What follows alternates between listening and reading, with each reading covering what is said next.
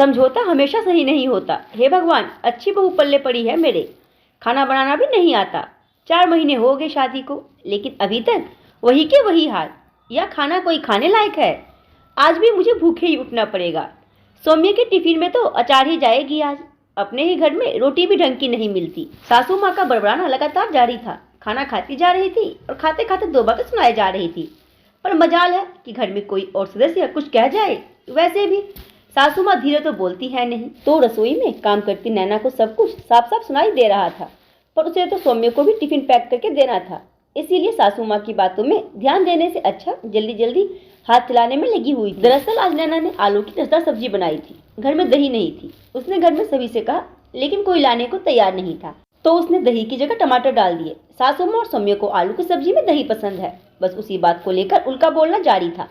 नैना जब भी खाने में कोई बदलाव करती या कुछ नया करती तो घर में कोई भी आसानी से पचा नहीं पाता, यहाँ तक कि उसका पति सौम्य भी नहीं।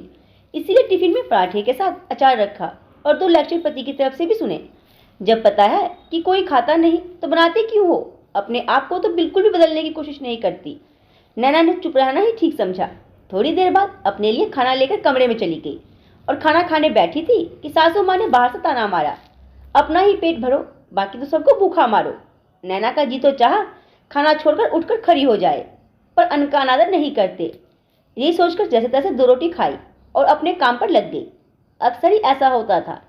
इस घर में अगर जरा सा भी खाने में कोई बदलाव हो जाता तो सुबह से शाम तक जब तक 10 बार सुना नहीं दिया जाता, किसी का भी खाना हजम नहीं होता। और ऐसा नहीं है कि सिर्फ ये घर में ही होता है। अगर बाहर भी खाना खाने गए हैं तो खाना वही पड़ेगा जो सब खा रहे हैं।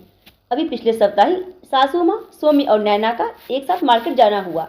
आते समय रास्ते में चाट पकौड़ी खाने की इच्छा हुई तो सासू माँ और सौम्य ने अपने लिए छोले टिकिया ऑर्डर किए, जबकि नैना को डोसा सांभर खाने की इच्छा हुई।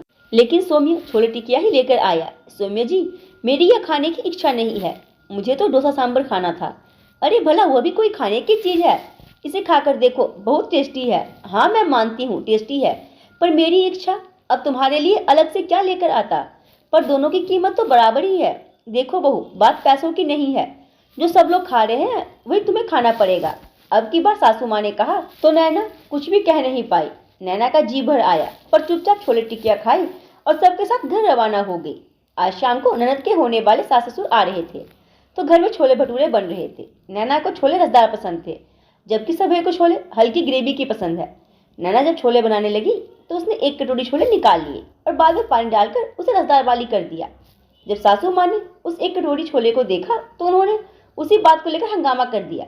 बहू, यह 1 कटोरी छोले अलग क्यों निकाल रखे हैं? मम्मी जी, मुझे भटूरे के साथ रसदार छोले की सब्जी पसंद है, तो मैंने अपने लिए थोड़े से कटोरी में निकाल कर रखे हैं। अब एक ही घर में तुम 2 भात करोगी? क्या कमी होती है हल्की ग्रेवी में जो तुम इस तरह की हरकत कर रही हो? हम सबको तो इसी तरह के छोले पसंद हैं। कल को नई बहू आएगी तो तुम उसे भी यही सब सिखाओगी। मम्मी जी, मैंने ऐसा क्या गलत कर दिया जो आप इस तरह की बातें कर रही हो?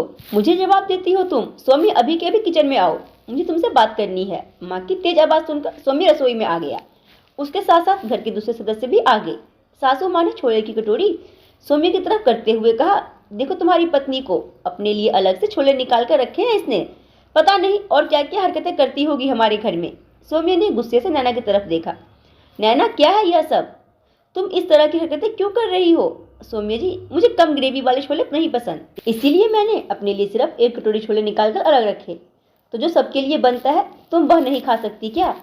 थोड़ा तो बदलाव करो अपने में। अपने पति की बात सुनकर नैना की आंखों में आंसू आ गए और वो बोली, बदलते बदलते इतना बदल गई कि कहाँ खो गई पता ही नहीं चला। आप सब लोग एक दिन भी अपने खाने के स्वाद में बदलाव नहीं कर पाते। सोचो, बचपन से लेकर अब तक मैंने जो स्वाद मेरे मुंह पर रखा उसको कैसे बदल दूं? आप लोगों का खानपान हमारे घर के खानपान से बहुत अलग है, पर फिर भी मैं कोशिश करती हूँ कि मैं इस घर के हिसाब से अपने आप को एडजस्ट करूँ। पर नहीं, एडजस्ट तो सिर्फ बहू को ही करना है, घर के बाकी लोगों को नहीं। जो आप लोग चाहो वही मैं खाऊं। यह क्या बात हुई? मैंने कौन सा अलग से खर्चा कर कुछ और बनाया है? जो बन रहा था उसी में से 1 कटोरी निकाल कर अलग रखा था। 100 दिन में अगर एक दिन मैंने मेरी मर्जी का खा लिया तो क्या फर्क पड़ गया? हमेशा तो आप लोगों की मर्जी के अनुसार ही खाती हूँ। जब देखो तब जो सब खाते हैं वही तुम खाओ। तो कभी आप लोग भी मेरी मर्जी का कुछ खा लिया करो। आखिर मैं भी इस घर का सदस्य हूँ। आप लोग भी तो अपने अनुसार जब टेस्ट बदलना चाहते हो तो बाहर खा लेते हो। अब बहू तो अकेली बाहर भी नहीं जा सकती, तो भला टेस्ट कैसे बदले? मेरी इच्छा का सम्मान करना भी आपकी जिम्मेदारी है। जब मैं आपके अनुसार खा सकती हूँ, तो क्या आप कभी मेरे अनुसार नहीं खा सकते? नैना की बातों का किसी के पास कोई जवाब नहीं था, लेकिन ससुराल था, जाहिर सी बात है फर्क तो किसी को पड़ा नहीं। बस फर्क पड़ा तो नैना को। वो थोड़ी सी बेपरवाह हो गई। अब नैना अपनी इच्छा अनुसार खा लिया कर, जिसको चिल्लाना हो चिल्लाते रहे, आखिर रहना तो उसे उसी घर में है। कब तक मन मारकर रहेगी? शुरू शुरू में तो हंगामा हुआ, लेकिन जब देखा कि नैना पर कोई असर नहीं हो रहा है, तो धीरे धीरे सब अपने आप ही चुप हो गए। तो आज की कहानी के बारे में आपकी राय क्या है? आप लोग अपनी राय मुझे जरूर दें। और कहानी पसंद आई हो